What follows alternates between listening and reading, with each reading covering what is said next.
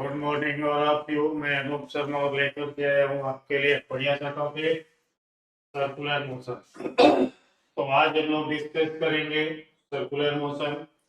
Circular motion में क्या होगा, banking of the rope, bending of cyclist जैसी बातें आज हम लोग डिस्कस करेंगे।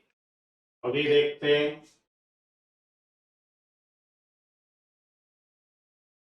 ये देखिए, यहाँ पे आपको एक बाइक दिख रही होगी और इस बाइक पे एक आदमी भी बाइक को ड्राइव कर रहा है।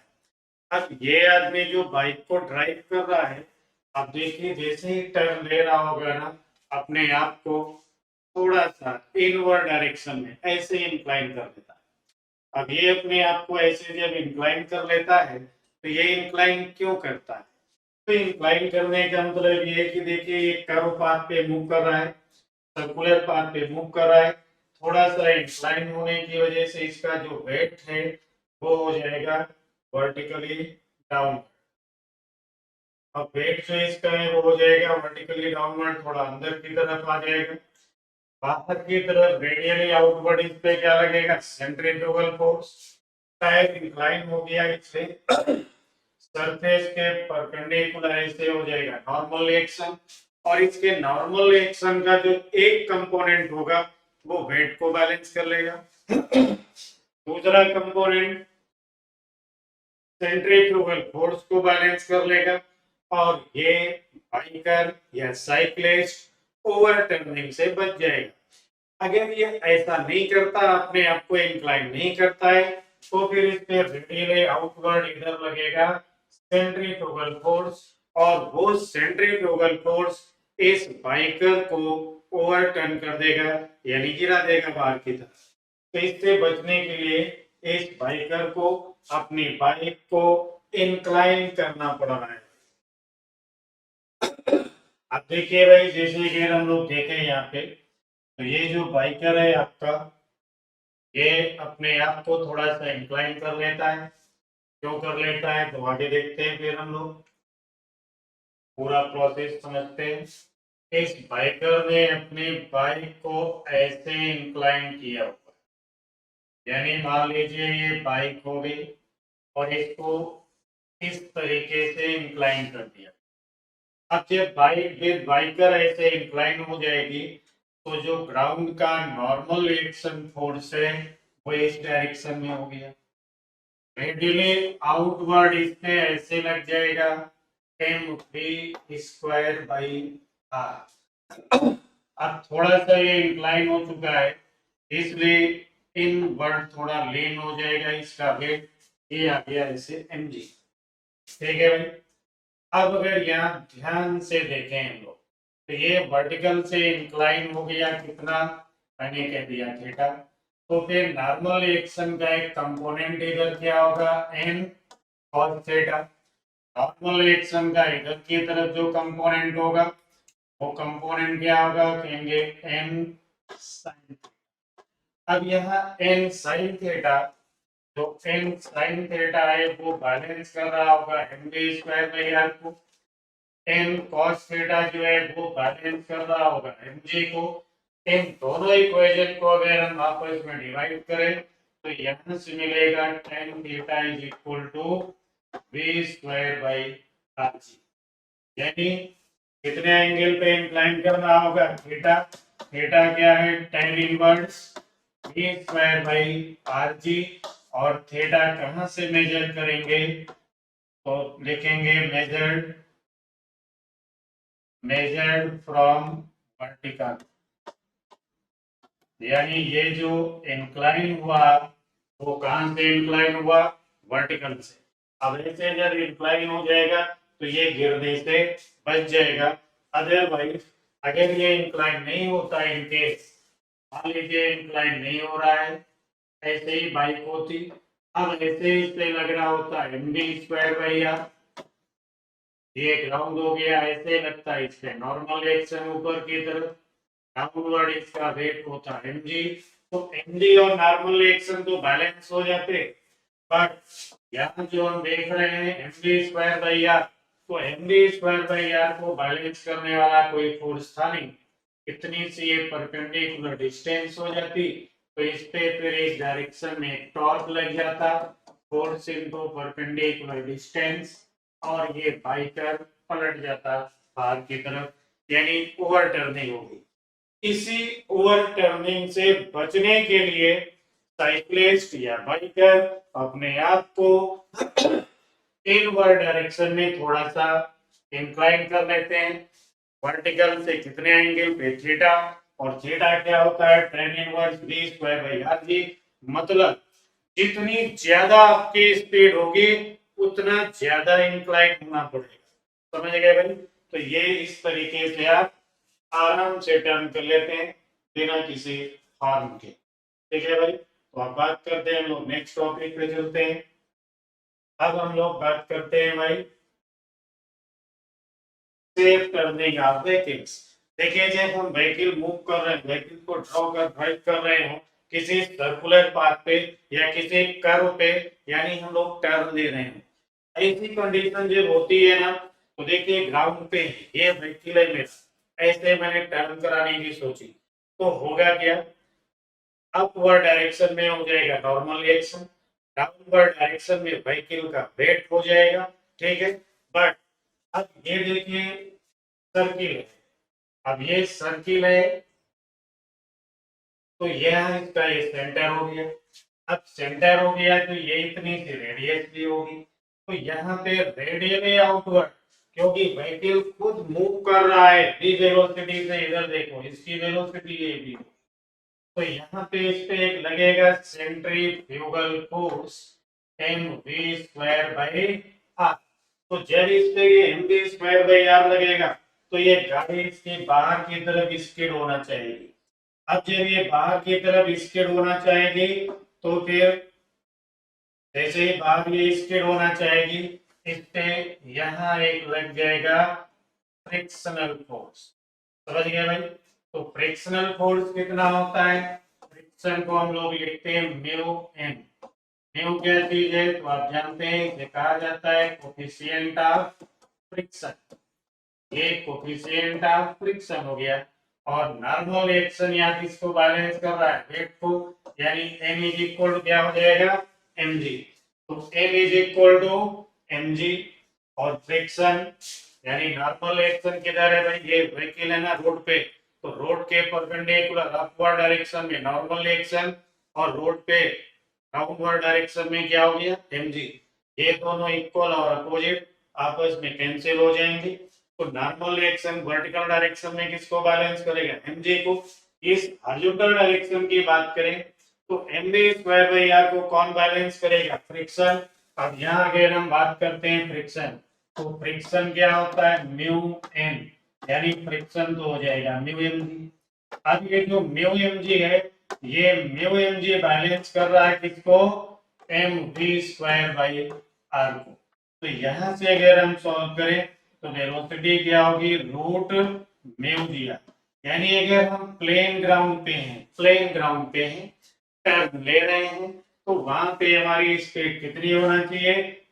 Root mu g r. Actual में अगर बात करें तो वेलोसिटी होना चाहिए less or equal to root mu g r. ये म्यू जी आर क्या होगी? मैक्सिमम वेलोसिटी होगी। अब इससे ज्यादा अगर वेलोसिटी होगी तो आपकी गाड़ी रोड से बाहर स्किड हो जाएगी, रोड से बाहर निकल जाएगी, और आप आराम से टर्न नहीं ले पाएंगे। इसलिए आराम से टर्न लेने के लिए बिना किसी डैमेज के आप आराम से अपनी टर्न कंप्लीट कर लें, उसके लिए जो आपकी स्पीड होना चाहिए, आपकी जो वेलोसिटी होना चाहिए, वो एक्चुअल में क्या होना चाहिए? Less or equal to root mu g r. इतनी स्पीड से अगर आप चलते हैं तो आप आराम से टर्न ले सकते हैं। ठीक है भाई? अब बात करते हैं कि नहीं अगर इससे ज्यादा स्पीड है तब क्या करेंगे भाई? तो इसके लिए फिर देखो, तो भाई इसको कहते हैं बैंकिंग ऑफ द रोड। अब बात करेंगे बैंकिंग की, तो बैंकिंग क्या होता है? बैंकिंग देखिए यहाँ पे आपको एक व्हीकल दिख रहा होगा, और इस कर्व रोड पे ये व्हीकल आपका जो है वो मूव कर रहा है। तो जब इस कर्व पाथ पे ये व्हीकल आपका मूव कर रहा है, तो रोड का ये जो आउटर एज है, इस आउटर एज को देखो थोड़ा सा स्लाइटली रेज किया गया, यानी इसे स्लाइटली थोड़ा सा हाइट पे रखा गया है, और ये हो गया इनर एज। तो जो इनर एज आपको दिख रहा है ये इनर एज थोड़ा सा इंक्लाइन हो गया, क्योंकि ये रोड की विड्थ हो गई। अब ये रोड की विड्थ हो गई, कितना इंक्लाइन कर दिया, तुमने कहा थीटा एंगल पे इंक्लाइन कर दिया। अब थीटा एंगल पे जब इसे इंक्लाइन कर दिया गया तो अपवर्ड डायरेक्शन में देखिए नॉर्मल रिएक्शन फोर्स लग रहा है, जिसको आर या एन से डिनोट करते हैं। ठीक है, आर का मतलब रिएक्शन फोर्स, एन का मतलब नॉर्मल रिएक्शन फोर्स, दोनों एक ही चीज। ठीक है भाई, अब देखिए डाउनवर्ड डायरेक्शन में व्हीकल का अपना वेट हो गया, डाउनवर्ड डायरेक्शन में व्हीकल का अपना वेट हो गया भाई। कितना हो गया व्हीकल का वेट? तो देखिए व्हीकल का जो वेट है वो हो गया mg। ये रहा व्हीकल का वेट mg। ठीक है भाई, अब इस mg को बैलेंस किसने किया हुआ है? तो mg को बैलेंस किसने किया हुआ है? तो हम कहेंगे रिएक्शन फोर्स। और रिएक्शन फोर्स किधर लग रहा है भाई? तो रिएक्शन फोर्स ये हो गया भाई, ये है रिएक्शन फोर्स, जिसको हम लोग नॉर्मल रिएक्शन भी कह सकते हैं। ठीक है, आर या एन से डिनोट किया जाता है भाई, ये हो गया। अब ये इंक्लिनेशन एंगल थीटा, तो ये एंगल भी क्या होगा? थीटा होगा। और इस नॉर्मल का जो इधर कंपोनेंट आया, इधर ये जो आपको दिख रहा है ये ब्लैक कलर से, थोड़ा सा कलर की प्रॉब्लम हो रही है, तो इसे हम लोग क्या कहेंगे? एन या आर कॉस थीटा। ये हो गया भाई एन या आर कॉस थीटा। और इसका एक कंपोनेंट इधर आएगा, इधर जो कंपोनेंट आएगा इस कंपोनेंट को क्या कहेंगे भाई हम लोग? R sine theta. और ये क्या हो गया? R sine theta. अब जब गाड़ी हमारी इस कर्व पाथ पे ऐसे मूव करेगी तो यहाँ पे इस पे बाहर की तरफ रेडियली आउटवर्ड में बात करें तो ये रेडियली आउटवर्ड इस डायरेक्शन में एक फोर्स लग रहा होगा इस डायरेक्शन में, और इस फोर्स को हम लोग कहेंगे mv²/r। तो बाहर की तरफ एक फोर्स लगेगा mv²/r। अब यहाँ अगर हम देखें तो यहाँ देखो कितना अच्छा है, तो यहाँ पे अगर बात किया जाए तो ये जो r cos थीटा है या r sin थीटा की बात करें तो r sin थीटा किसको बैलेंस कर रहा है? mv²/r। r cos थीटा किसे बैलेंस कर रहा होगा? mg को।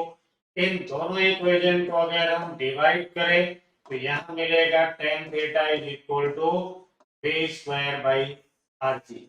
लेकिन यहाँ पे थीटा जो होगा उसे हम लोग मेजर करेंगे, मेजर्ड फ्रॉम एक्स एक्सिस, यानी इसे हम हॉरिजॉन्टल से मेजर करेंगे। एग्जैक्ट फॉर्मूला आपको मिला था अभी बेंडिंग ऑफ साइक्लिस में, tan theta is equal to v²/rg, but वहां पे जो थीटा था वो हम मेजर करते हैं वर्टिकल से। यहाँ पे जो एंगल है कहां से मेजर करेंगे? हॉरिजॉन्टल से मेजर करेंगे। अब देखिए इतनी सी बात, ये जो आउटर एज है इस आउटर एज को हमने रेज किया हुआ है। कितना रेज किया हुआ है आउटर एज को? तो आउटर एज को रेज किया जा चुका है कितना? तो कहेंगे x, यानी x डिस्टेंस हमने इसको रेज किया। और ये जो रोड की विड्थ दिख रही है इसे अगर हम कह लें y, तो y क्या हो गई? विड्थ ऑफ रोड, यानी रोड की विड्थ हो गई। x क्या हो गई? Height of outer as. तो यहाँ अगर हम लिखें tan थीटा तो tan थीटा क्या हो गया यहाँ पे? x/y। अगर x/y हमने यहाँ लिख लिया तो ये हो सकता है भाई x/y, x/y, x/y इक्वल क्या हो गया? v²/rg। तो हाइट ऑफ आउटर एज क्या हो जाएगी? V square upon r g into y. तो इस फार्मूले से हम लोग हाइट ऑफ आउटर एज भी कैलकुलेट कर सकते हैं कि आउटर एज को हमें कितना रेज करके रखना होगा। और इस कंडीशन में जो वेलोसिटी मिली वो कितनी मिली, root R G tan theta. अब ये root R G tan theta को अगर हम प्रैक्टिकली थोड़ा समझने की कोशिश करें तो रोड एक फिक्स चीज होती है, बहुत सालों के बाद में एक बार बनती है। तो रेडियस क्या हो गई, कांस्टेंट।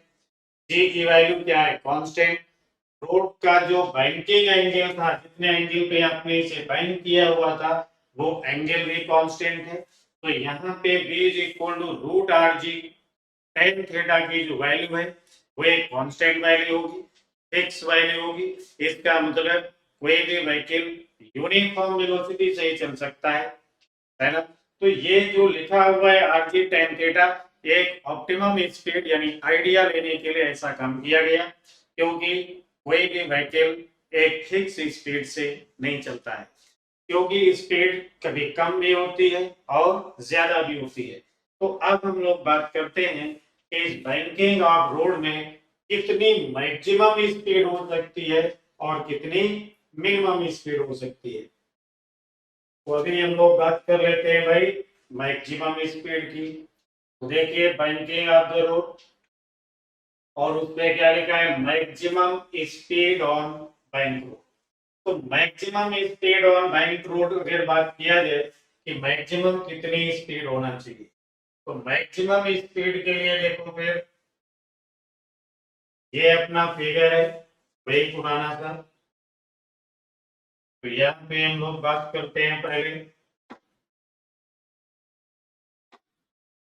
देखिए फिगर में अपने अगर हम लोग बात करें तो ये तो रोड की विड्थ हो गई, ये रोड को हमने भी इंक्लाइन किया हुआ था, ये रोड है अपना। टर्न ले रहे होंगे हम लोग, अब टर्न ले रहे होंगे तो यहाँ रेडियस जो मेजर करते हैं वो कहाँ से मेजर करते हैं, इनर एज से। तो ये रेडियस हो गई। व्हीकल का जो वेट होगा वो देखिए वर्टिकली डाउनवर्ड ऐसे, ये व्हीकल का वेट हो गया वर्टिकली डाउनवर्ड, कितना हो गया mg। ठीक है भाई। अब इस इंक्लाइन सरफेस के जो दिख रही है ठीक इसके परपेंडिकुलर इस पे क्या होगा, रिएक्शन फोर्स होगा। ये हो गया भाई रिएक्शन फोर्स। अब इस बैंकिंग एंगल यहाँ पे रोड को कितने एंगल पे बैंक किया हुआ है, थीटा। तो फिर ये जो एंगल होगा वो कितना होगा, ये एंगल भी थीटा हो जाएगा। तो रिएक्शन का इधर कंपोनेंट क्या हो जाएगा, आर कॉस थीटा। ये आर कॉस थीटा क्या हो गया, कंपोनेंट ऑफ रिएक्शन फोर्स। ठीक है भाई।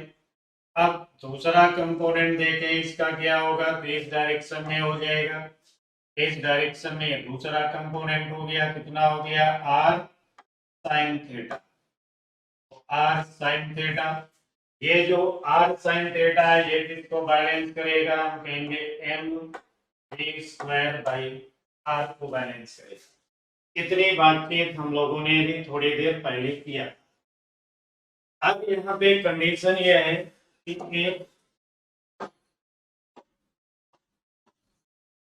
if v is greater than root rg tan theta, यानी यहाँ पे अगर velocity root R G tan theta से ज्यादा हो, अब वेलोसिटी अगर root R G tan theta से ज्यादा होगी तो m we square by r की वैल्यू ज्यादा हो जाएगी, और इस आर साइन थीटा की वैल्यू क्या होगी, कम होगी। अब क्या होगा, ये व्हीकल हमारा बाहर की तरफ स्केट कर जाएगा। तो ये बाहर की तरफ जब स्केट कर जाएगा या स्केट कर सकता है, तो स्केट ना करे इससे बचाने के लिए यहाँ पे एक फोर्स जनरेट होगा। तो यहाँ कौन सा फोर्स जनरेट होगा, जिसको हम लोग कहेंगे फ्रिक्शनल फोर्स, और वो इन टायर्स पे इधर लगेगा फ्रिक्शन। तो टायर्स पे इधर की तरफ टायर और रोड के बीच में क्या आ जाएगा, फ्रिक्शन। अब फ्रिक्शन, ये जो फ्रिक्शनल फोर्स इधर की तरफ आएगा, ये फ्रिक्शन ही हमको ओवर टर्निंग से बचाने की कोशिश करेगा। ठीक है भाई। तो जब बात करें कि इधर आएगा भाई फ्रिक्शन, तो फ्रिक्शन को अगर रिजॉल्व किया जाए तो फ्रिक्शन का इधर एक कंपोनेंट हो गया और एक कंपोनेंट इधर हो जाएगा, ये एंगल भी थीटा हो गया ना। तो फ्रिक्शन क्या होता है, म्यू एन। तो इधर हम लिखते हैं म्यू एन कॉस थीटा और इधर की तरफ हो जाएगा म्यू एन साइन थीटा। ठीक है भाई। तो ये कंडीशन यहाँ पे बन करके तैयार होगी। अब इतनी बात क्लियर होगी तो अगले पेज पे चलते हैं, फिर वहां पे समझते हैं।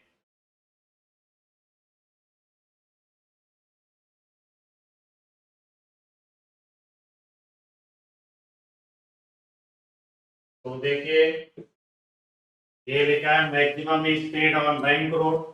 अब यहाँ पे हम लोग थोड़ा सा ड्रॉ करके हम आपको बढ़िया से दिखाते हैं। तो पहली बात ये है कि ये हो गया देखिए इंक्लाइन प्लेन, यानी आउटर एज को हमने रेज किया हुआ है, ये बैंकिंग एंगल हो गया और ये हो गई गाड़ी। ठीक है भाई। तो इसका जो वेट है वो होना चाहिए वर्टिकली डाउनवर्ड mg। ऐसे लग रहा था इस पे रिएक्शन फोर्स। ठीक है भाई। और ऐसे इस पे लगेगा m we square by r, क्योंकि जब आप ऐसे घूम रहे होंगे इस रोड पे तो फिर m we square by r लगेगा। अब इन्हीं फोर्सेस को अगर हम रिजॉल्व करने की कोशिश करें, ठीक है भाई, तो यहाँ देखते हैं। अब देखिए जब व्हीकल हमारा m we square by r ज्यादा होगा, ठीक है, या इनको पहले रिजॉल्व कर लेते हैं। तो भाई देखो ये एंगल थीटा है 90 माइनस थीटा, ये एंगल थीटा होगा। तो रिएक्शन का इधर कंपोनेंट क्या हो जाएगा, आर कॉस थीटा, क्योंकि ये एंगल भी थीटा हो जाएगा। और रिएक्शन का इधर जो कंपोनेंट है वो हो गया आर साइन थीटा। कितना क्लियर हो गया। अब जब गाड़ी हमारी बाहर स्किड करना शुरू करेगी तो इस डायरेक्शन में ये लगेगा भाई फ्रिक्शन। फ्रिक्शन को कहा जाता है म्यू। तो ये एंगल थीटा, इट मींस ये भी थीटा होगा। म्यू एन का इधर कंपोनेंट हो गया म्यू एन कॉस थीटा और इस डायरेक्शन में होना चाहिए म्यू एन साइन थीटा। अब देखिए अगर हम वर्टिकल डायरेक्शन और हॉरिजॉन्टल डायरेक्शन के फोर्सेस को बैलेंस करें तो ये तो है आर साइन थीटा, दूसरा है यहाँ पे म्यू एन कॉस थीटा। इन दोनों फोर्सेस ने मिलकर के बैलेंस किया हुआ है M we square by are को। तो इन दोनों ने मिलकर बैलेंस किया हुआ है M we square by are को। और वर्टिकल डायरेक्शन में अगर हम देखें तो R cos theta minus mu N sign theta, इन दोनों ने बैलेंस किया हुआ है किसको, जी। अगर इन दोनों इक्वेशन को हम आपस में डिवाइड करते हैं तो म्यू एन को क्या लिखेंगे, म्यू आर रिएक्शन को, यानी म्यू आर लिखना चाहिए। ऊपर हमने आर लिखा हुआ है ना, आर या एन दोनों एक ही चीज होती है। इन दोनों को अगर हम डिवाइड करें दोनों इक्वेशन को तो ये हो गया भाई sine theta plus mu cos theta और यहाँ बच गया देखो cos theta minus mu sine theta is equal to b square by are g. यहाँ कंफ्यूज होने वाली कोई बात नहीं है, जो आर है वही एन है, जो एन है वही आर। ठीक है भाई। अब इन दोनों को हमने भाई डिवाइड कर दिया। जब डिवाइड कर दिया तो v की यहाँ पे हमको मैक्सिमम वैल्यू मिल गई। कितनी मिल गई भाई, रूट आर जी, और ये हो गया था sign theta plus mu cos theta upon में लिखेंगे cos theta minus mu sine theta. तो इस तरीके से हम वेलोसिटी की मैक्सिमम वैल्यू कैलकुलेट कर सकते हैं।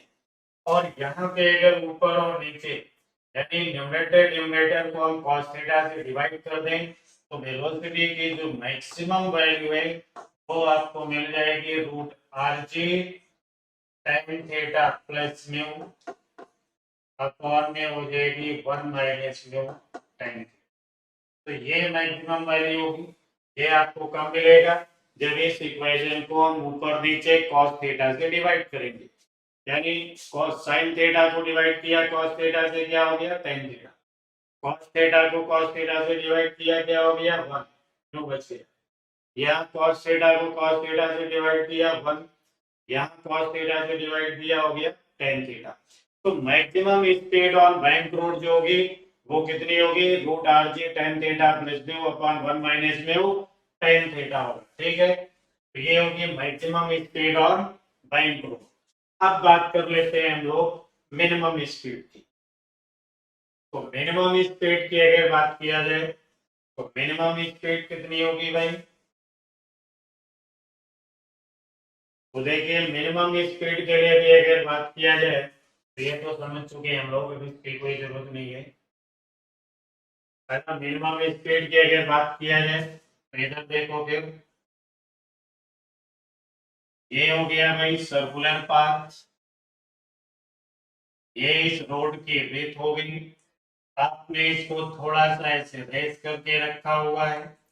अब ये आपकी जो है ना गाड़ी है यानी व्हीकल है, तो इस व्हीकल का जो वेट होगा वो होना चाहिए वर्टिकली डाउनवर्ड, सरफेस के ठीक परपेंडिकुलर। इधर नॉर्मल रिएक्शन हो गया या रिएक्शन फोर्स कह सकते हैं। हॉरिजॉन्टली यानी आउटवर्ड यहाँ क्या होना चाहिए? mv स्क्वायर बाई आर होना चाहिए। अब अगर यहाँ वेलोसिटी हो गई less than root are G time theta, यानी यहाँ की वेलोसिटी आपकी root are G time theta से कम है, तो क्या होगा? कहेंगे पहले तो हम इस रिएक्शन को रिजॉल्व कर लेते हैं।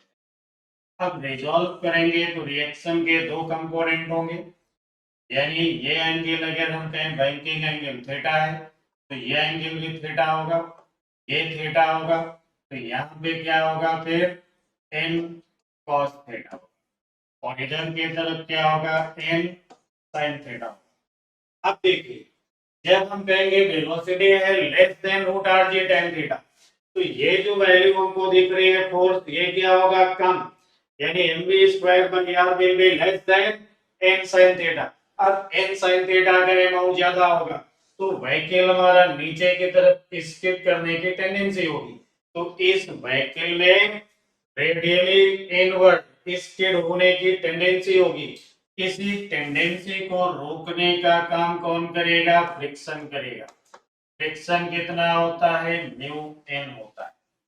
तो भाई देखो ये वाला एंगल भी क्या होगा? थीटा। तो इस म्यू एन का इधर एक कंपोनेंट आएगा म्यू एन कॉस थीटा, एक म्यू एन का इधर कंपोनेंट हो गया म्यू एन साइन थीटा। अब फिर फोर्सेस को बैलेंस करें अलोंग हॉरिजॉन्टल डायरेक्शन, तो हॉरिजॉन्टल डायरेक्शन में एन साइन थीटा को बैलेंस कौन कौन कर रहा है? Mu N cos theta plus M we square by are.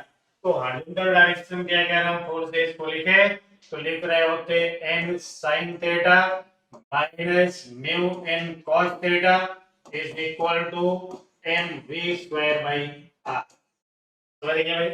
अब अगर हम बात करें वर्टिकल डायरेक्शन की, तो वर्टिकल डायरेक्शन में N cos theta plus mu N sin theta, ये दोनों मिलकर के किसको बैलेंस कर रहे हैं? mg को। तो हमने लिखा भाई N cos theta plus mu N sin theta is equal to mg।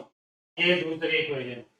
अब इन दोनों इक्वेशन को अगर हम आपस में डिवाइड कर देंगे तो n कैंसिल होगा, बचेगा sin theta minus mu cos theta upon में हो जाएगा cos theta plus mu sin theta, और ये हो गया भाई v square by R G.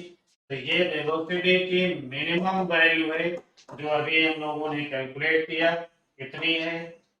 Root are G sine theta minus mu cos theta upon में लिखते हैं cos theta plus mu sin theta.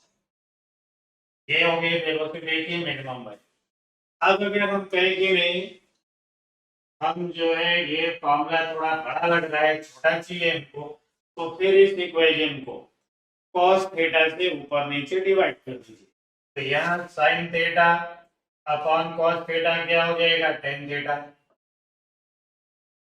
यहाँ cos theta upon cos theta हो गया 1, यहाँ पे देखिए cos theta upon cos theta हो जाएगा 1, और sine theta upon cos theta हो गया टेन थीटा, इज इक्वल क्या हो गया, B square by are G.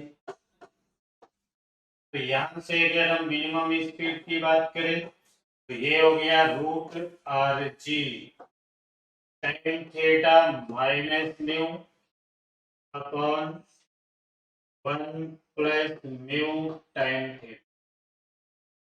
तो ये भाई, तो ये होगी minimum speed on bank road. Maximum speed में यहाँ पे प्लस होता है, मिनिमम स्पीड में यहाँ माइनस। बस ये माइनस और प्लस का ही फर्क है। यानी किसी भी बैंक रोड पे जो आपकी स्पीड हो सकती है वो कितनी हो सकती है, तो इतनी बातें क्लियर हो गई।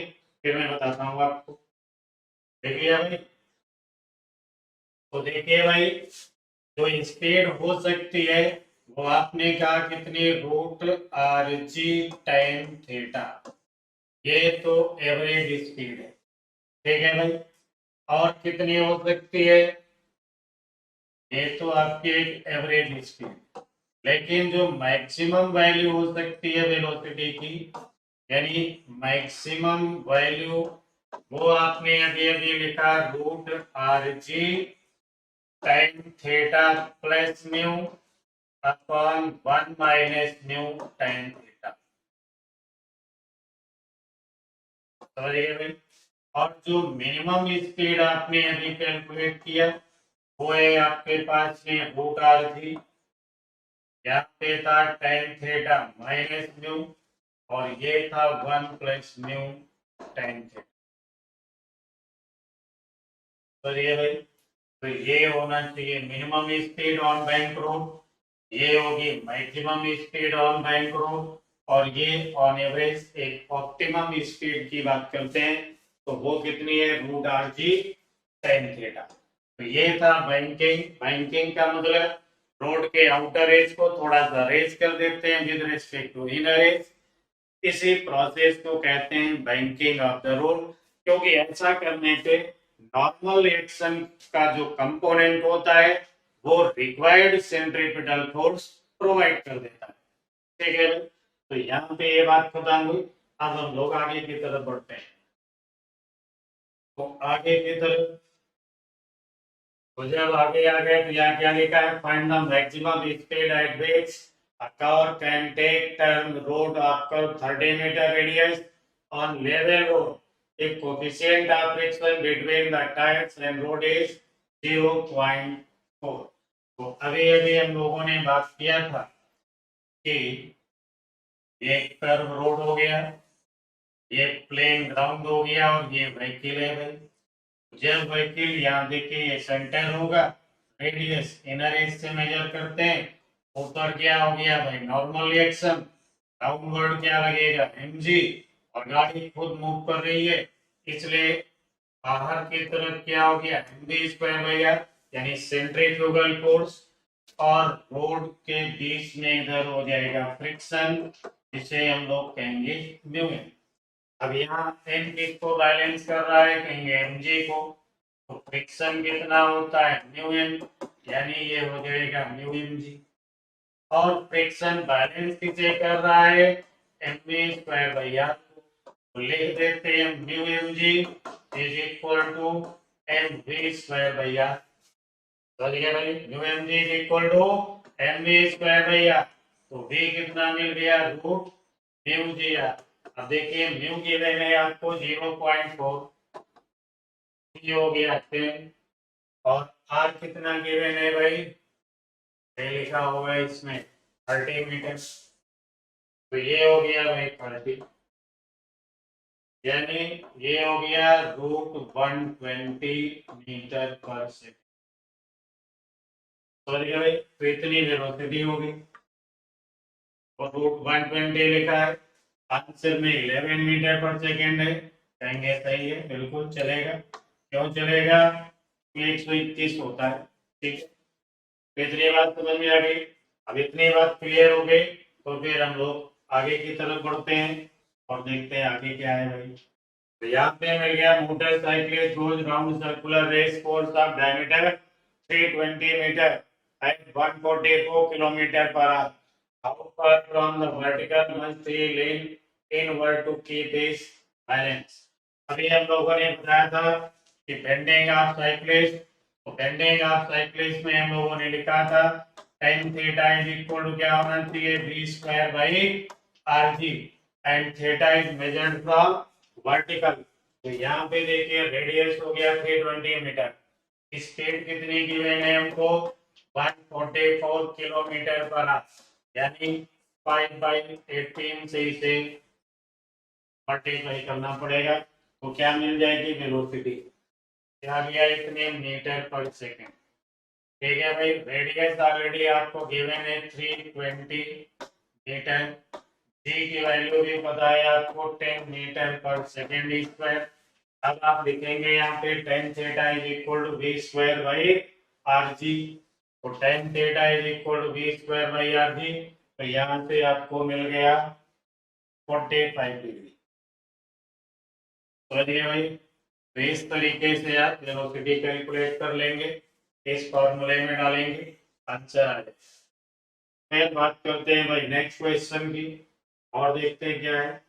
तो यहाँ पे लिखा है curve in a round forms arc of radius 800 metre if the road is 19.6 meter wide and outer is 1 meter higher than the inner is, calculate the speed for which it is buying। तो भाई अभी अभी हम लोगों ने कहा था कि ये बैंक रोड होगी, अभी अभी हम लोगों ने बात किया था कि ये बैंक रोड होगी, बैंक का मतलब ये रोड हो गया, ये रोड की विड्थ हो गई और ये रोड की आउटर एज हो गई, इतना सा उठा रखा। फिर आपने ऐसे बाइंड किया तो ये एंगल हो गया थीटा, और इसके ऊपर फिर आपने कहा था कोई वैक्यूल होगा और लिखा था tan theta is equal to v square by rg। अब यहाँ पे इतनी सी हाइट देखो x और इसको विड्थ को अगर हम लिख लें d, तो tan थीटा क्या हो जाएगा यहाँ x upon d is equal to v square by rg। और कैलकुलेट क्या करना है हमको, वेलोसिटी कैलकुलेट करना है, तो v स्क्वायर इज इक्वल क्या हो गया R G X upon T, या v हो गया under root are G X upon T. तो भाई v इज इक्वल टू लिखते हैं यहाँ पे हम लोग अंडर रूट, आर कितना है 800 मीटर, तो आर हो गया भाई 800 मीटर, जी की वैल्यू 10 हो गई, एक्स दे रखा है यहाँ पे कितना एज 1 मीटर, ये हो गया भाई 1 मीटर, और विड्थ ऑफ द रोड है 19.6 मीटर, ये हो गया 19.6 मीटर। यानी यहाँ पे गलती हो चुकी है, ये जो जी लिखा है इसको आपको लिखना चाहिए था 9.8, यानी v को अगर हम ऐसे लिख लेते 800 इंटू 9.8 इंटू 1/19.6, तो ये आपको मिल जाता 800 अपॉन 2, यानी 400 हो जाता, और v आ जाता आपका 20 मीटर पर सेकंड। ठीक है भाई, तो इस तरीके से ये भी सॉल्व हो गया। अब बात करते हैं आगे, देखते हैं क्या है भाई।